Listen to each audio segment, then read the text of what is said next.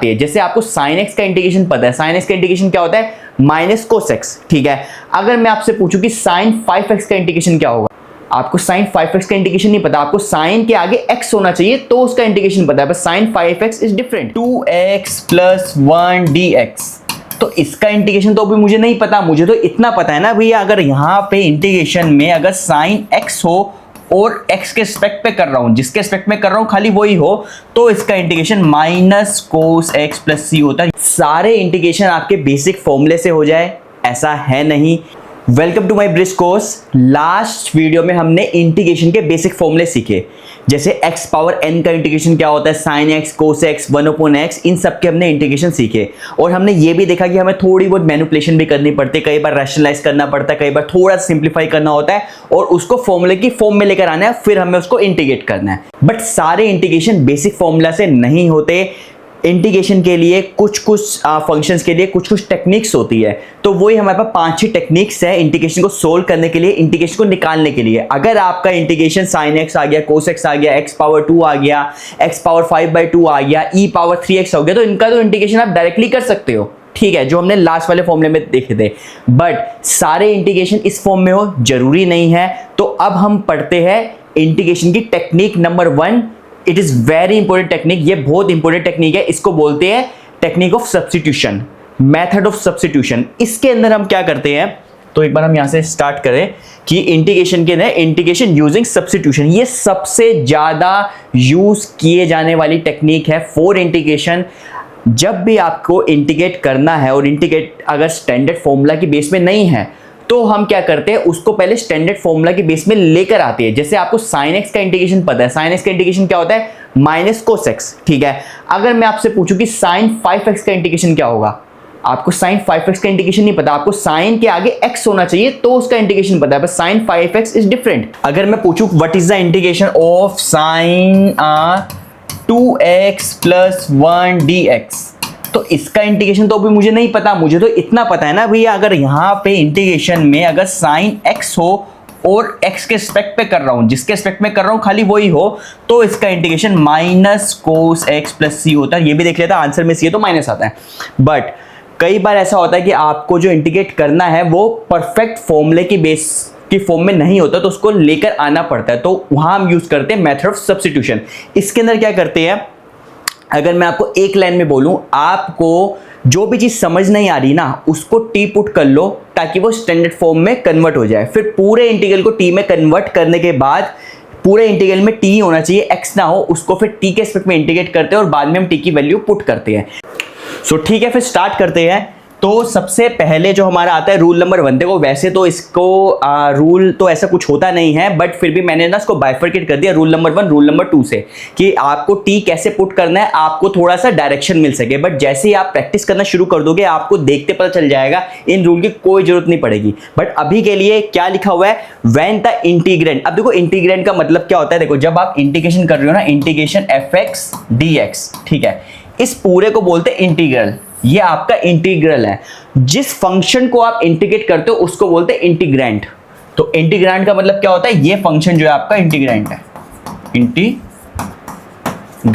ठीक है।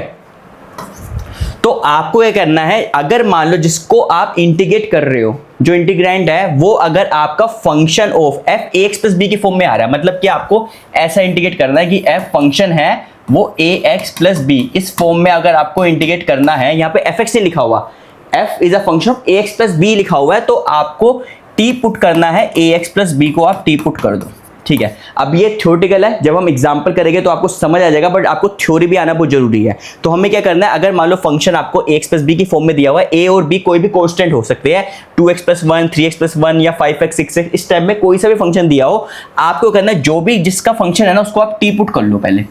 First step is put t is equal to this. फिर क्या करना है, नेक्स्ट स्टेप में आपको दोनों को डिफरेंशिएट कर दो विद रिस्पेक्ट टू x।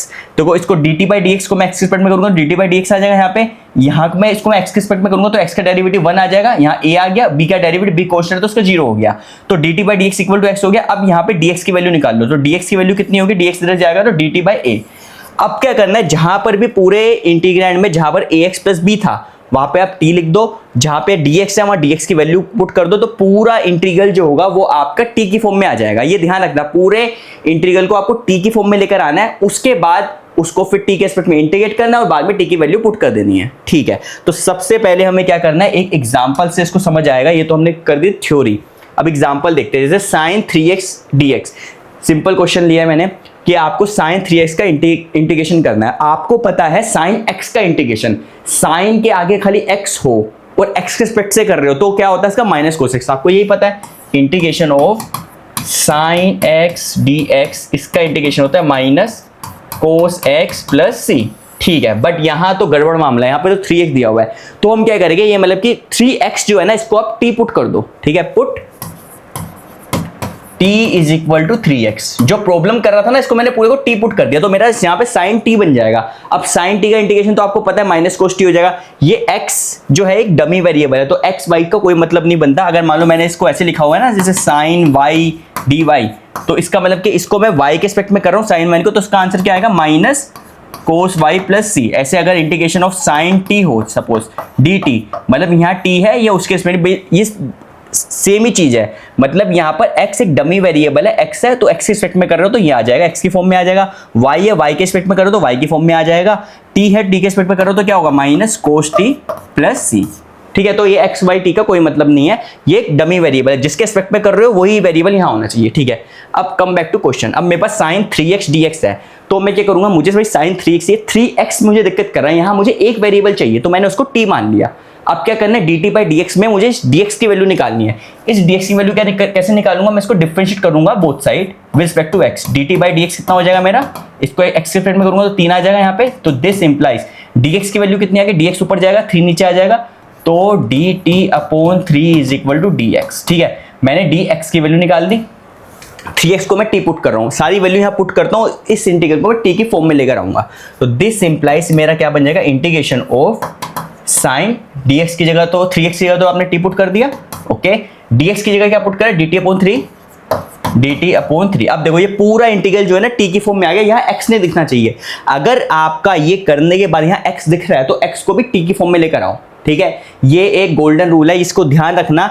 जब आप किसी को सब्स्टिट्यूट कर दो t की फॉर्म में या y की फॉर्म में या z की फॉर्म में, कुछ भी यहाँ लिखते हो, मैंने t यूज कर लिया यहाँ पे, तो पूरा जो इंटीग्रल जो है ना वो पूरा t में होना चाहिए, वहां पे फिर पुराना वाला वेरिएबल कोई ना दिखे। ठीक है, अब इसको इंटीग्रेशन करना आता है इसका, तो ये 1/3 कांस्टेंट है, बाहर आ जाएगा, तो कितना होगा यहाँ पे sin t dt।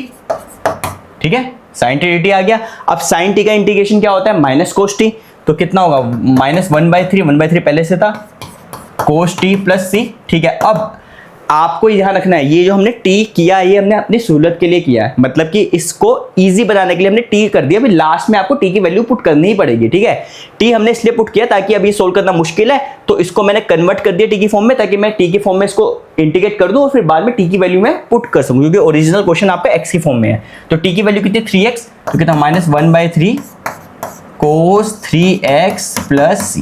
तो this is your answer.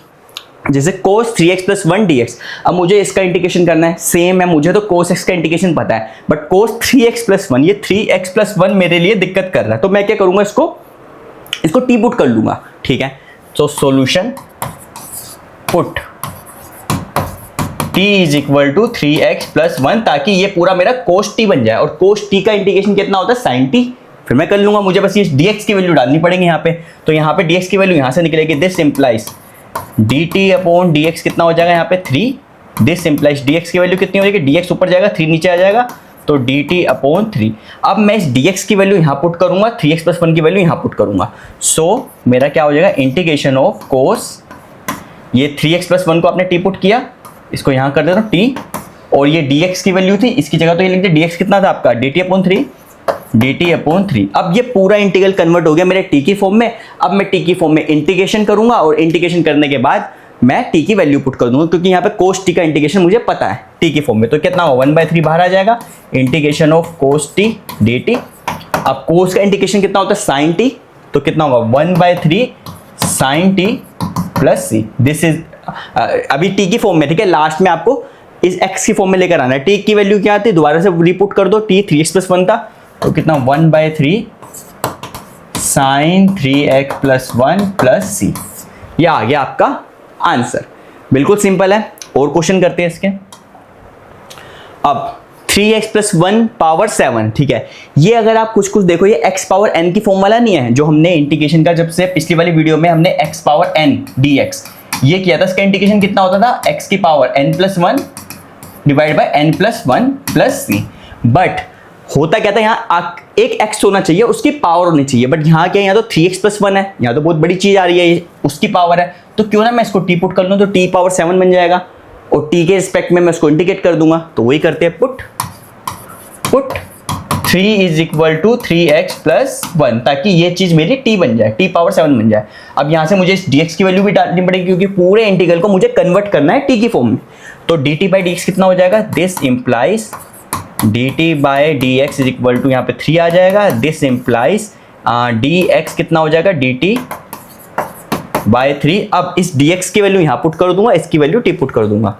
So integration of 3x plus 1 कितना था आपका, t पावर 7, और dx की वैल्यू कितनी थी आपकी, dt divide by 3। This imply 1/3 बाहर आ जाएगा, 1/3 integration of t power 7 dt, ठीक है, 1/3। अब t पावर 7 का इंटीग्रेशन क्या होगा, ये तो पूरा x पावर n की है ना, ये x की फॉर्म में इंटीग्रेशन लिखा हुआ है, यहाँ ये t की फॉर्म में लिखा हुआ है। तो इसका इंटीग्रेशन सबको पता है, t पावर 7 कितना होगा, t 8/8 प्लस c।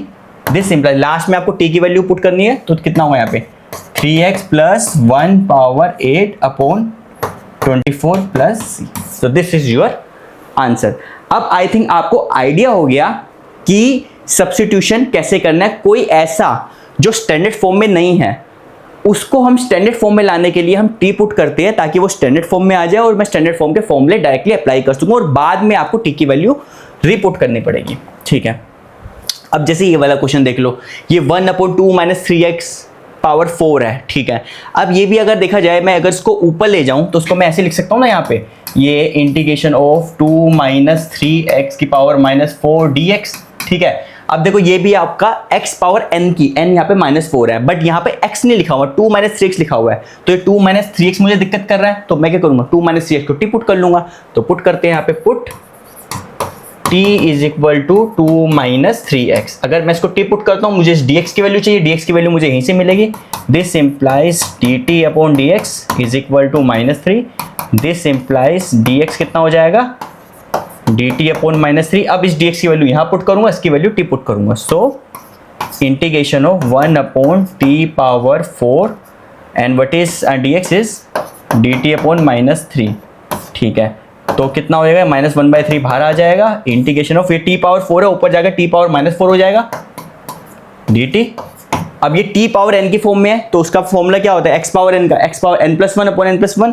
तो कितना हो जाएगा, is equal to -1/3 t power -4 plus 1 upon -4 plus 1 plus c, -1/3। t की वैल्यू कितनी थी, t की वैल्यू आपकी थी 2 माइनस 3x, 2 माइनस 3x की पावर -3 आ जाएगा यहाँ पे, अपॉन ये कितना आ जाएगा, -3 प्लस c।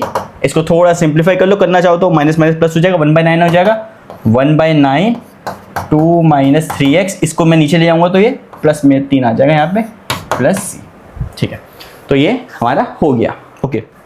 नेक्स्ट देखते हैं। अब देखो, ये तो हमने रूल नंबर 1 पढ़ लिया। रूल नंबर 1 में क्या है, अगर आपको किसी का इंटीग्रेशन करना है जो स्टैंडर्ड फॉर्म में नहीं है, और आपको लग रहा है कि मैं इसको टी पुट करके स्टैंडर्ड फॉर्म में बन जाए, जिससे मैं इसको इंटीग्रेट कर सकूं, तो आपको रूल नंबर 1 लगा के आपको पता है टी को कैसे पुट करना है।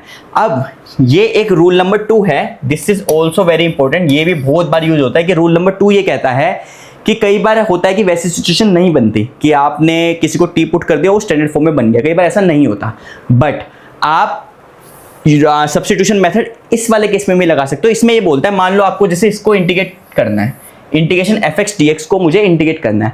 अगर इस fx के अंदर कोई ऐसी टर्म मिल जाए, ध्यान से सुनना मैं क्या बोल रहा हूं, अगर इस fx के अंदर कोई ऐसी टर्म मिल जाए, सपोज gx एक ऐसी टर्म है जो fx के अंदर है कि उसका डेरिवेटिव भी fx के अंदर आ जाए, तो आप उस gx को t पुट करोगे। मैं दोबारा बता रहा हूं क्या लिखा हुआ है, if in fx we can find some part gx। इस fx के अंदर एक छोटी सी कोई टर्म मिल जाए जिसका डेरिवेटिव भी fx के अंदर दिखे, such that it's derivative g dash x only variable part, और जो डेरिवेटिव जो है ना उसका सिर्फ वेरिएबल पार्ट ही एनफ है, ठीक है, वो भी अगर यहाँ पर दिख जाए तो आप जो t पुट करोगे t is equal to then put t is equal to G dash X नहीं, t is equal to G X आएगा, सॉरी ये नहीं है, t then put t is equal to G X, मैं t को जी x put करूंगा।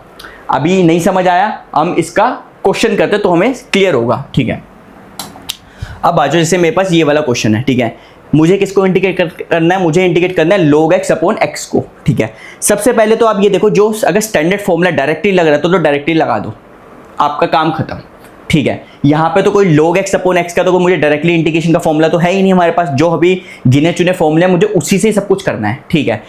तो अभी तो यहाँ से जो हमें फॉर्मूले स्टैंडर्ड फॉर्मूले पता है, ऐसा कोई स्टैंडर्ड फॉर्मूला नहीं है log x अपॉन x को डायरेक्टली इंटीग्रेट कर आपको आंसर दे दे, ठीक है।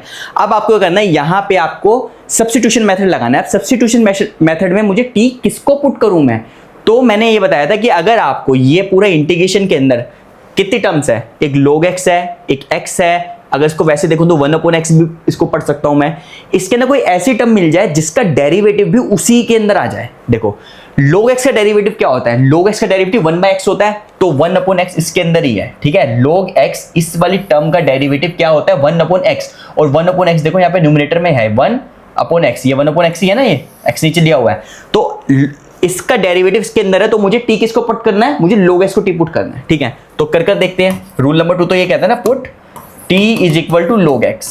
मैंने log x को t इसलिए पुट किया कि क्योंकि log x का डेरिवेटिव होता है 1/x, और 1/x भी यहाँ पे दिख रहा है, इसलिए मैंने log x को मैंने t पुट कर दिया, ठीक है। अब क्या करना है, प्रोसेस आपको सब्स्टिट्यूशन मेथड का प्रोसेस तो वही रहेगा जो आपने अभी पिछला किया है, बट t चूज करने का मैंने मेथड बताया है। आगे का प्रोसेस आपको पता है, this implies dt upon dx is equal to कितना होगा यहाँ पे 1/x, दिस इंप्लाइज, अब यहाँ पे dx की वैल्यू कितनी होगी, dx ऊपर जाएगा, ये इधर चला जाएगा x, dt is equal to ये x, dt is equal to dx, ठीक है। dx की वैल्यू कितनी होगी x dt, ठीक है। अब मैं ये सारी की सारी वैल्यू जो है यहाँ पुट करता हूँ, so integration of log x को तो आपने t पुट कर दिया, यहाँ पे मैंने t लिख दिया log x की जगह, अपॉन ये x तो ऐसा कैसे रहेगा, अभी इससे कोई छेड़छाड़ी नहीं है। इस dx की वैल्यू मैंने कितनी निकाली, dx की वैल्यू निकाली x इंटू dt, तो x इंटू dt ये मैंने निकाल दी। अब देखो ये x x कट गया, तो मेरे पास क्या मिला यहाँ पे t dt। लास्ट में आपका पूरा इंटीग्रेशन t की फॉर्म में आना चाहिए, तभी आप इंटीग्रेट करोगे, ये ध्यान रखना। लास्ट में जब आप t की फॉर्म में इंटीग्रेट करोगे तो पूरा जो इंटीग्रांड है वो पूरा t की फॉर्म में आना चाहिए, वहाँ x ना आना चाहिए। देखो यहाँ तो x तो कट ही गया, कई क्वेश्चन में x नहीं कटेगा तो वहाँ पे x की वैल्यू t की फॉर्म में लिखनी पड़ती है, इस क्वेश्चन में नहीं लिखनी पड़ती। t का इंटीग्रेशन कितना होगा, वो x पावर n वाला फॉर्मूला लगा दो, t square by 2 plus c, this implies, integration हो चुका है, सारा काम हो चुका है। लास्ट में मुझे t की वैल्यू कितनी है पुट करनी है, log x, तो कितना होगा यहाँ पे log x, t की जगह log x कर दिया, यहाँ पे square upon 2 plus c, done. एक क्वेश्चन और करते हैं, इवन एक नहीं 2 क्वेश्चन या 2-3 क्वेश्चन और करेंगे, ताकि आपको ये वाला प्रोसेस जो है वो क्रिस्टल क्लियर हो जाए, ठीक है। नेक्स्ट क्वेश्चन करते हैं।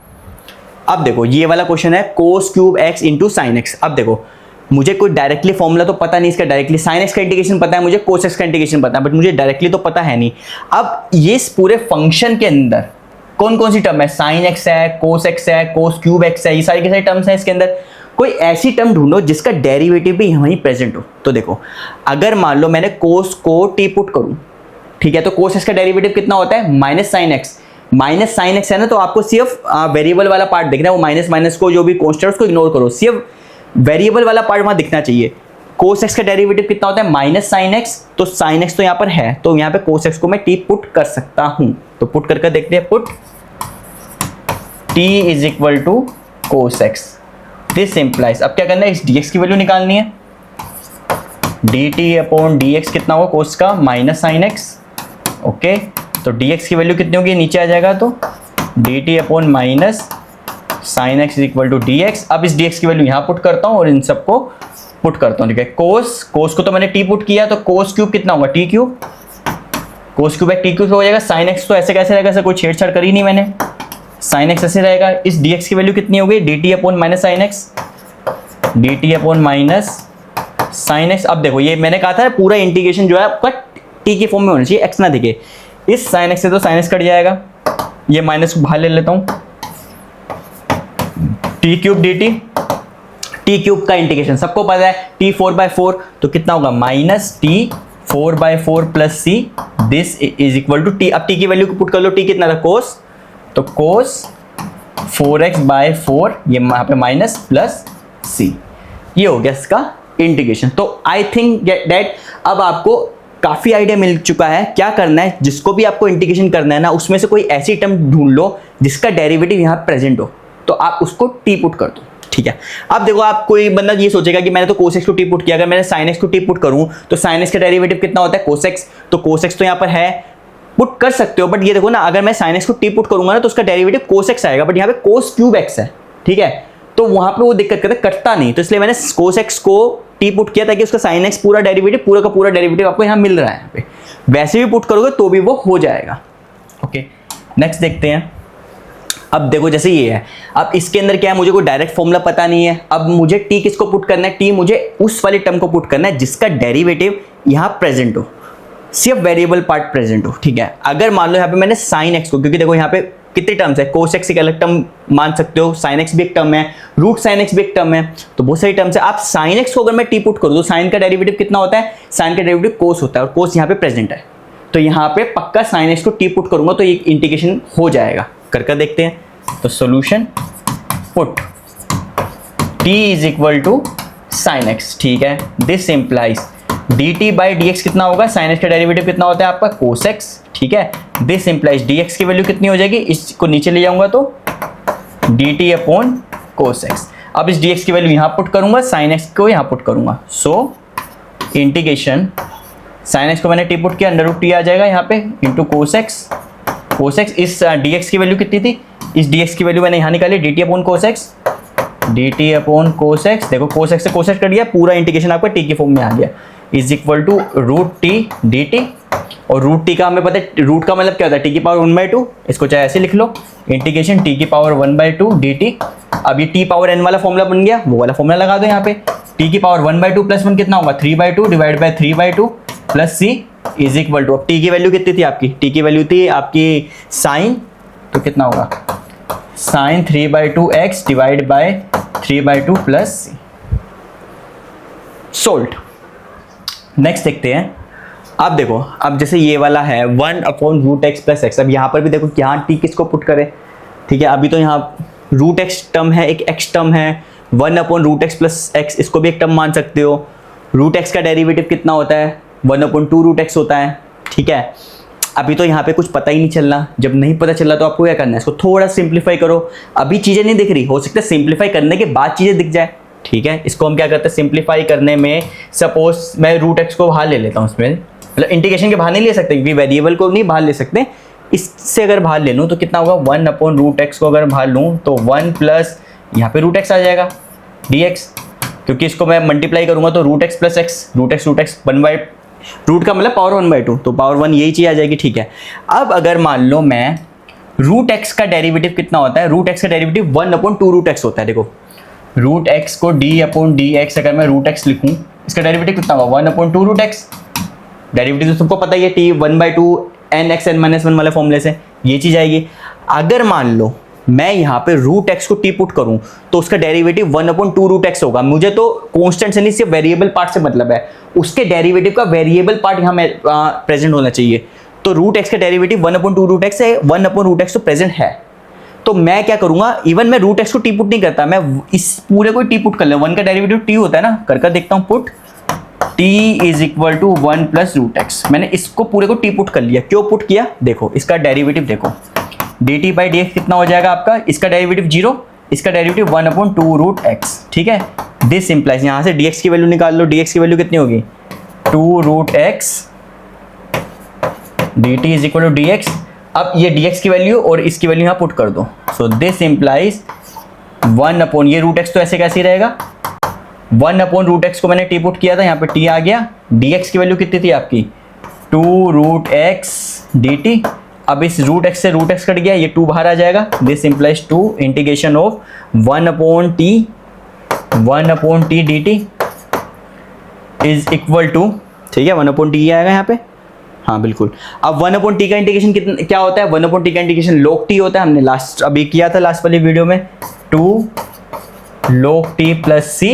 अब t की वैल्यू जो है यहाँ पे रिपुट कर लो, t कितना था 1/1 plus root X is equal to 2 log 1 plus root x plus c। So next question देखते हैं।